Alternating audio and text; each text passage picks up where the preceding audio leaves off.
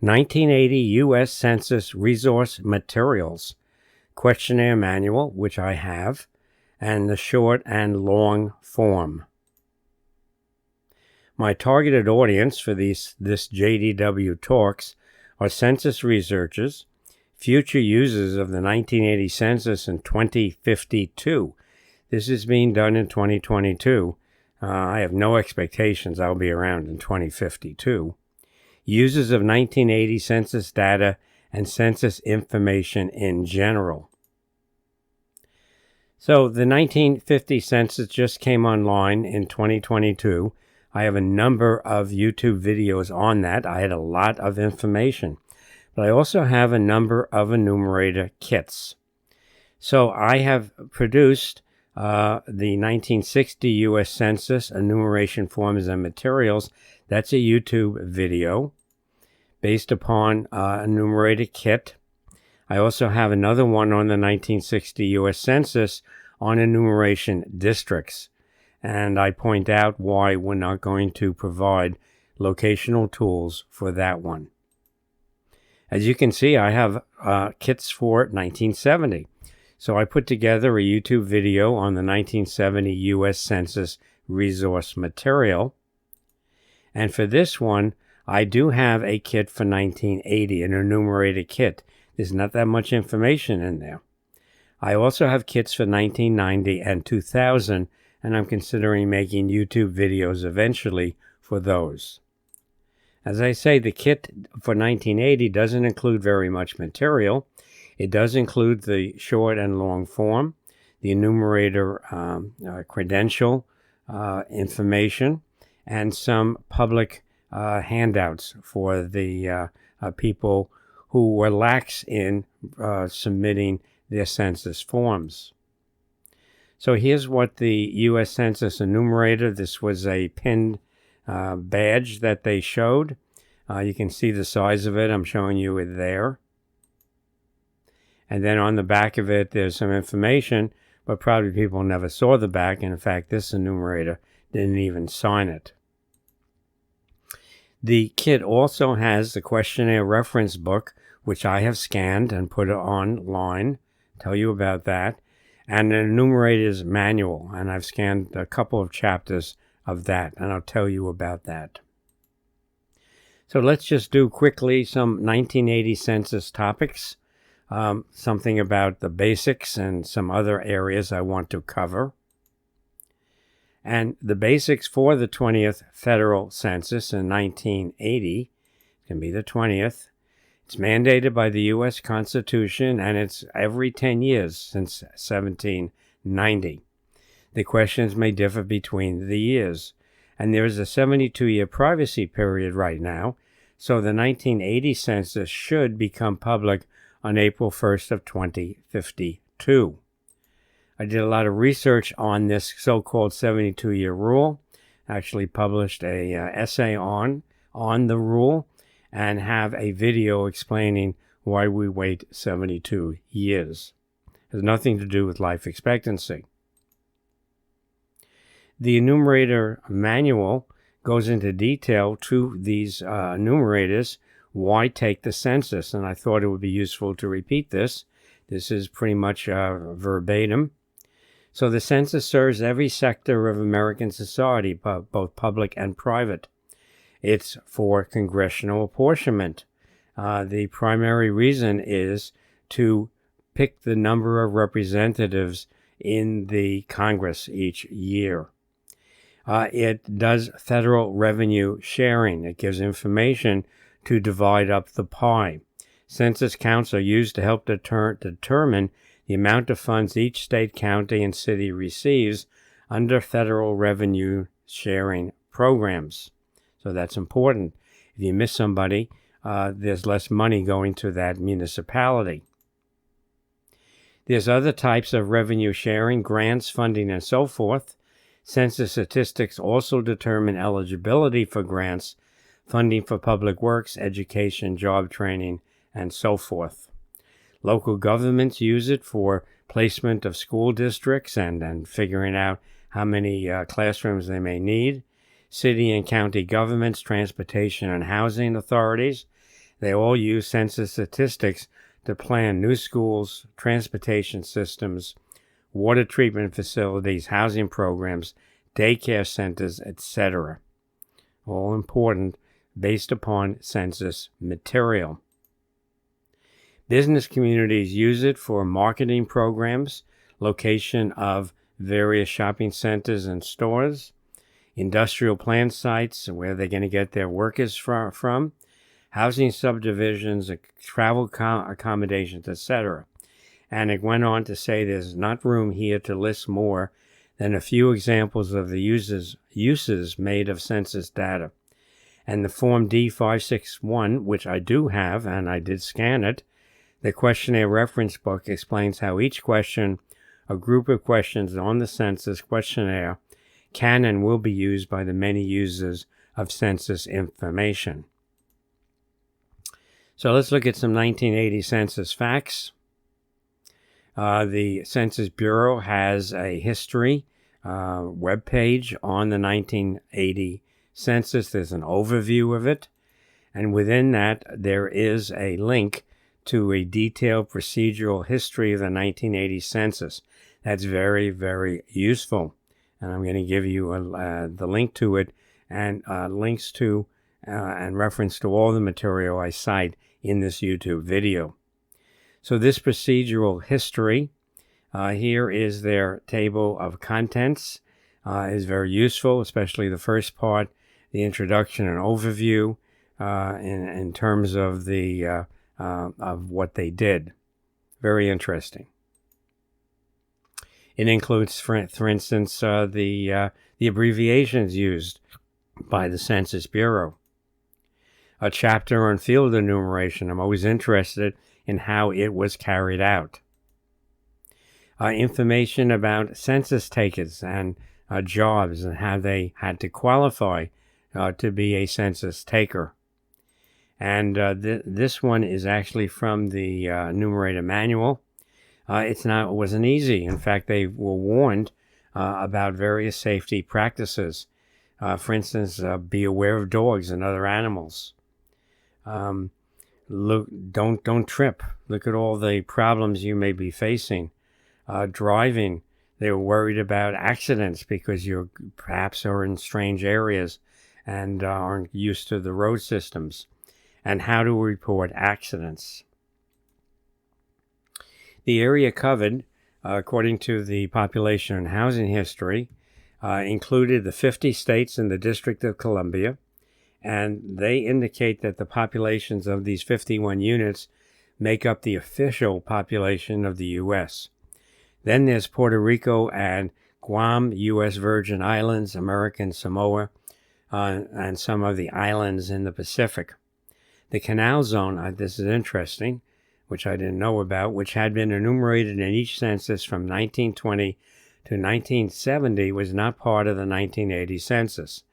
This change was a result of a treaty between the U.S. and Panama, ratified in 1978 by the Senate, which provided for gradual control by Panama over the zone.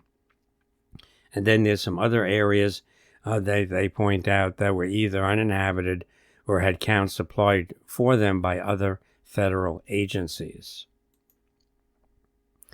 The 1980 census, it had about 11% more people than 1970, counted and obtained characteristics for over 226 million persons and over 88 million housing units in the U.S., and then add to that Puerto Rico with their 3.5 million people and over 1 million housing units.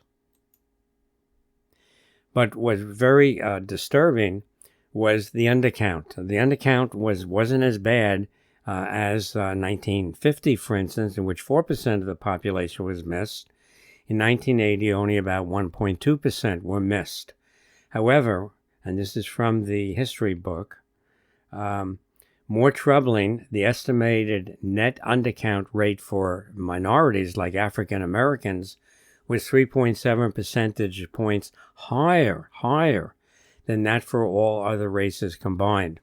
And there were a number of lawsuits from cities requesting population adjustments based upon sampling be made because of their undercount. They were losing money and also losing representation in the House of Representatives. Anderson and Fienberg have a whole book on this, about these lawsuits and the sampling and undercounts. And they indicated there were a number over 50 in cities for the 1950 census. But the census director in December of 1980 indicated they would not adjust the April 1980 count for the known undercount. And eventually the Supreme Court agreed with them that the count with a known undercount, so it was known that it wasn't accurate, what was to be accepted as the official count. And this is a topic that continues to be very controversial. You might want to look at that Anderson and Fienberg book. So, some 1980 census logistics for you. There's a chapter in the manual on census definitions. I thought that was important enough to scan, and I scanned it with OCR. But, I didn't rip out the pages and make it flat. Didn't do this on a scanner. I did this hand scanning by OCR techniques. And so in some cases, you could do a cut and paste of this information. In other cases, because of the uneven nature of the lines, you'd end up with just gibberish. But at least you will see all of the pages. So I decided to do this chapter 2. And chapter 11 talked about enumeration problems, which I'm always interested in as well. And I scanned that and put it on my Dropbox account. And on the show notes, I repeat the links.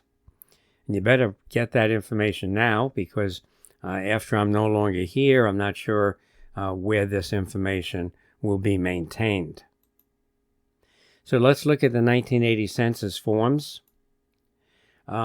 Actually, the population and housing history indicated that all these forms, there were actually 17 pages, believe it or not, of all the various forms that could be used during the 1980 census. But we're really concerned with 2 of them. This population and housing history shows you some facsimiles of some of the forms. They're graphics, basically. They're not, you can't cut and paste individual parts of them. You can see the number that they showed. And you should know, and you probably do, that by 1980, it was basically a mail-out, mail-back census. Enumerators were there as follow-ups to people who did not participate in the initial mail-out, mail-back. And so this says the method of enumeration for 1980 was not radically different from 1970.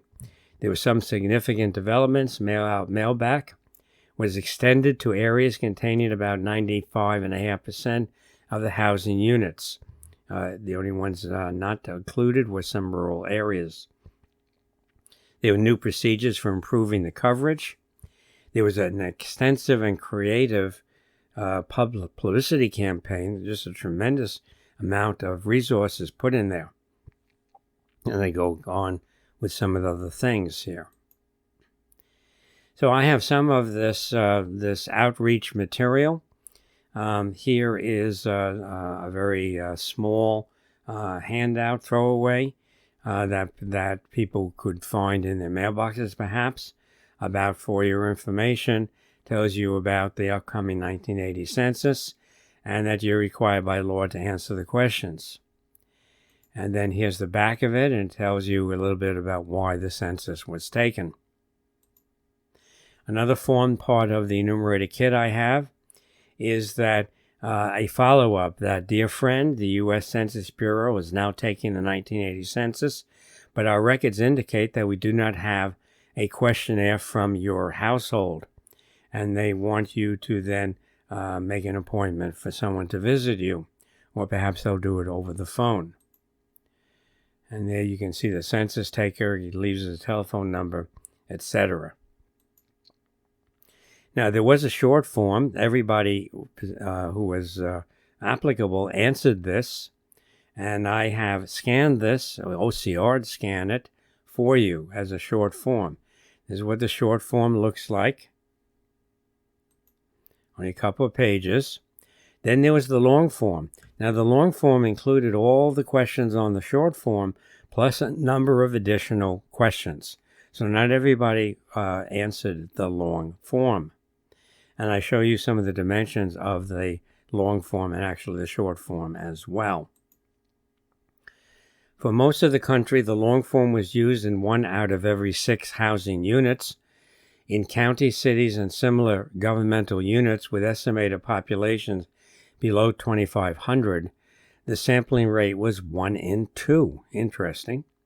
The purpose of this higher sampling rate was to provide reliable data for these small areas to meet the needs of certain federal programs. Together, the respective samples of 16.7% and 50% meant that about 1/5 of the population nationwide was sampled on the long form. So the long form includes both the short form questions and additional questions. Now, the population and housing history does show you a facsimile of the 1980 long form questionnaire, but as I said, I scanned it with OCR technology, so it might be possible to do some cut and pasting of some of the sections here, providing that the OCR worked. Now, in terms of the questionnaire, the questions, that population history link that I showed you shows the 100% population items and the sampling ones that would be on the long form. So there's quite a number of sampling areas here. I'll do this again for you. For some reason, this is the short form. On the upper left, they don't put down the name of the person, which of course was a part of the short form.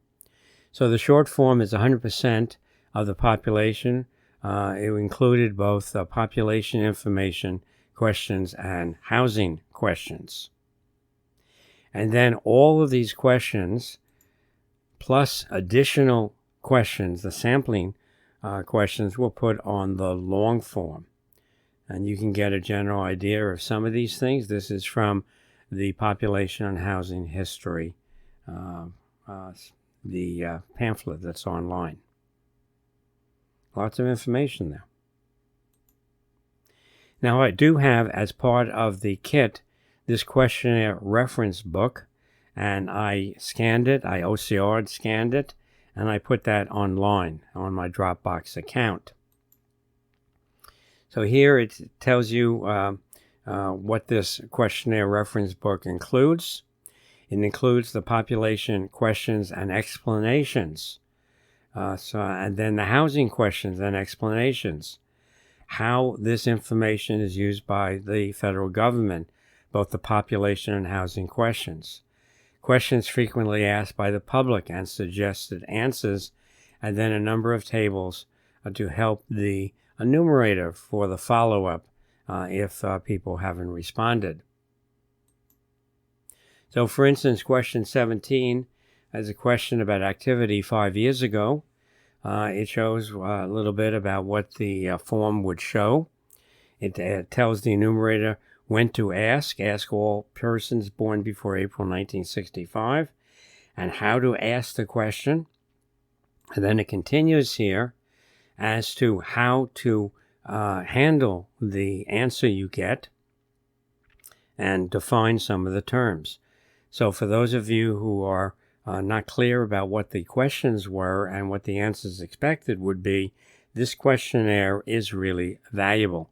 And I would suggest you get a copy of it off of my Dropbox account. Here is uses made of information collected by the population questions, in case somebody asks, what are you using this information for?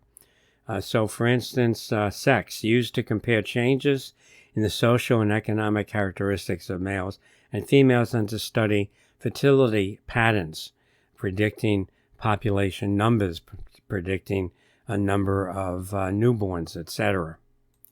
Or uses made of housing questions. For instance, why would you want to the federal government know about plumbing? And it says that the presence of basic plumbing items is a very significant indicator of housing quality, and it's used as an aid in developing housing programs. So I'm showing you a bunch of references used. I'm going to duplicate this on the show notes. So this has been another of my JDW talks. I have YouTube talks on genealogy topics, census, resources, Ellis Island, immigration. I have natural history topic talks. I'm a retired field biologist with interest in birds, virtual birding field trips, birding optics, etc. And then, a bunch of YouTube videos reflecting my interests, my past interests in novelty zithers, and I used to sing biology songs in classrooms. So I hope this has been useful to you. Again, whenever I give information about Dropbox accounts, get them, store them away. You may not use them now, but when you do use them, this may no longer be available online. So thanks for tuning in, and use them well.